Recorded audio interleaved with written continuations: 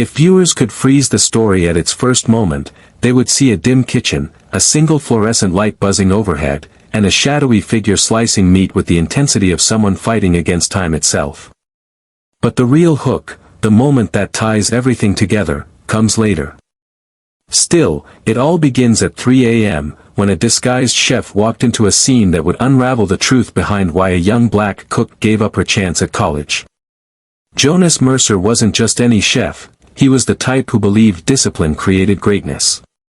His restaurant was known for its strict standards and flawless dishes. But lately, every manager on his payroll had been whispering the same strange comment: one of the night shift prep workers had talent far beyond her position.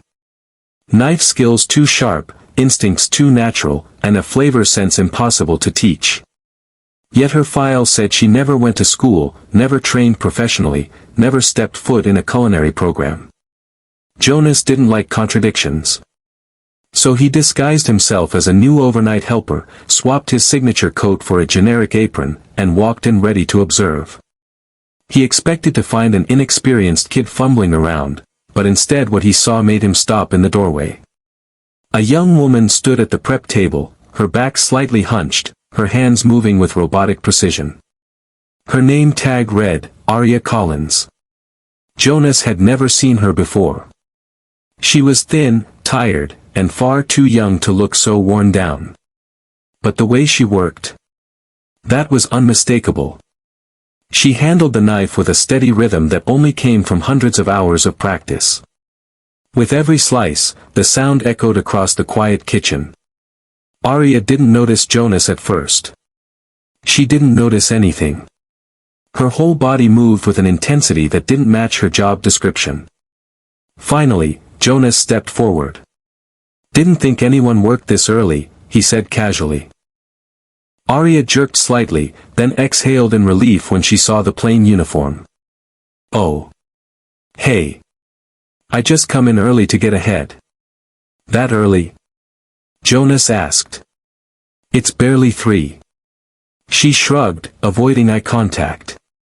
"More hours means more pay." Jonas watched her slice again, and instantly, the truth hit him: this wasn't someone merely working for a paycheck. This was someone tied to something deeper, something painful. "What are you making?" he asked. "Meal prep for the morning staff," she replied. "I like to have it perfect." Perfect. That word wasn't common among prep cooks who made staff meals nobody praised. Yet Aria seasoned with care, portioned meticulously, and moved as if someone had drilled precision into her bones. "You ever train professionally?" Jonas asked, pretending not to know anything. "No," she said quickly. "You sure? Because your cuts are cleaner than half the chefs I've worked with." Her jaw tightened. "I'm sure." Jonas kept his tone light. "You didn't want to go to culinary school?" Aria paused mid-slice. Her hands stiffened, the knife trembling just slightly, just enough to reveal the truth. "I wanted to," she said softly. "But wanting doesn't matter when life decides something different." Jonas could feel the shift in the air.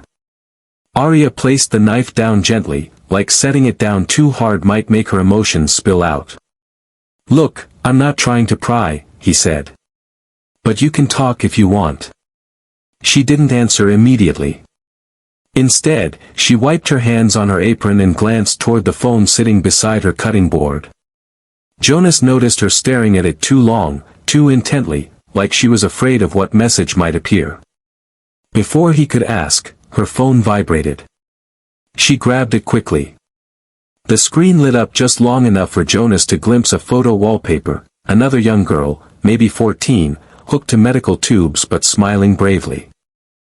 Aria pressed the phone to her chest, took a shaky breath, and blinked away a sheen of tears. Jonas softened his voice. "Is she your sister?" Aria swallowed hard, her voice barely audible. "Yeah. Her name is Jada."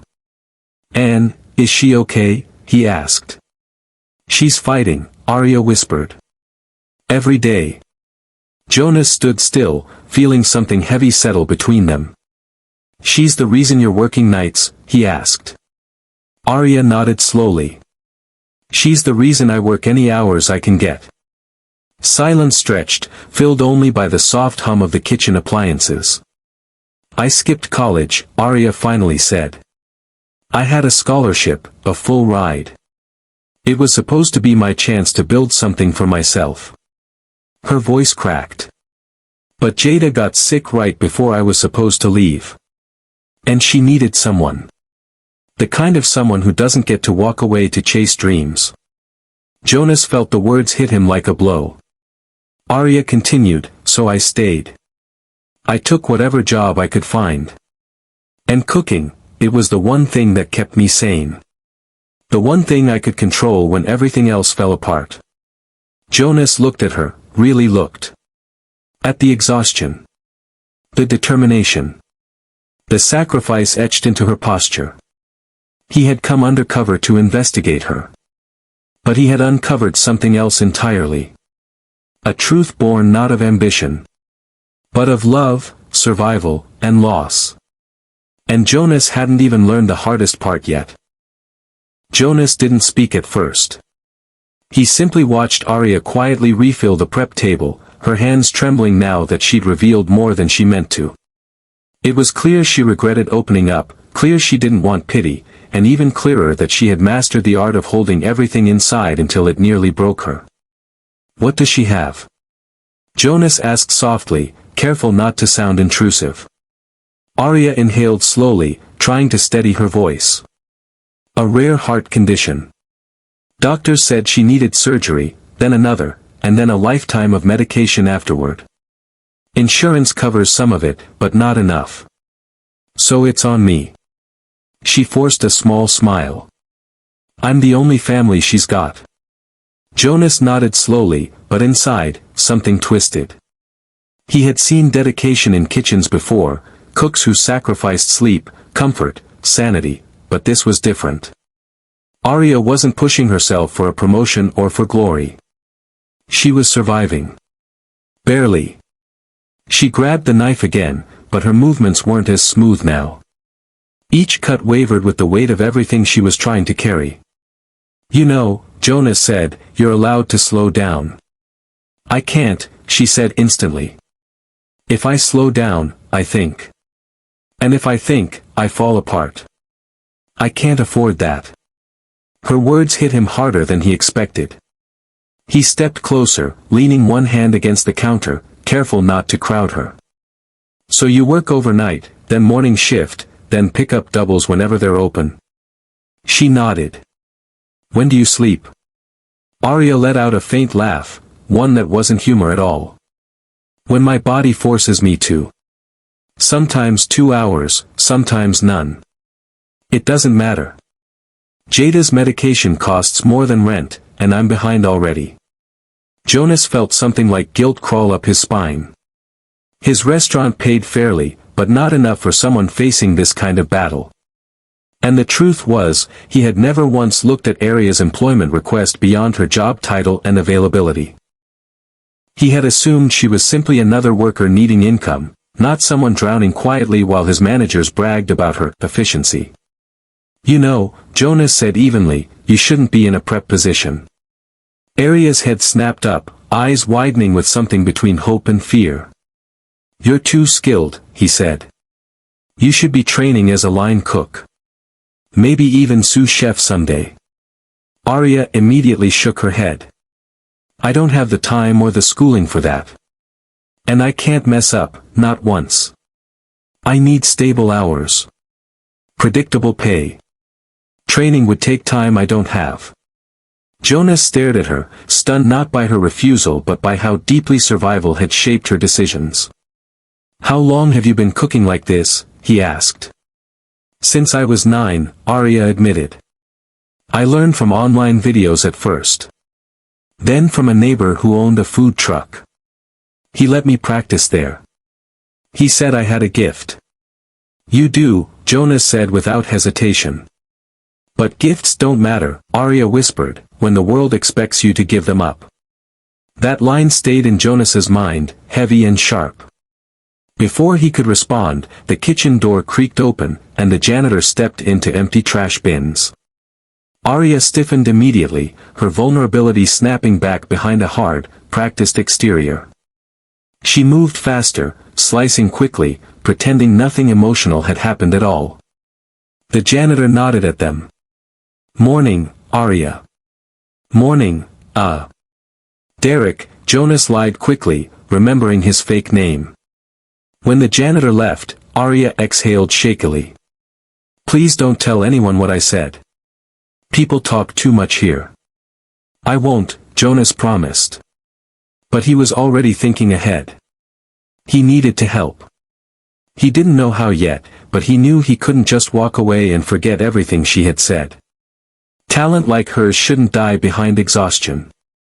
And no young woman should carry the weight of life and death alone. "Arya," he said slowly, "if you could choose, just for yourself, what would you want? Not what you can afford. What you want." The question froze her. She stared at the cutting board for a long moment, her eyes glassy, her breathing uneven. "I want a chance," she whispered finally. "A chance to learn.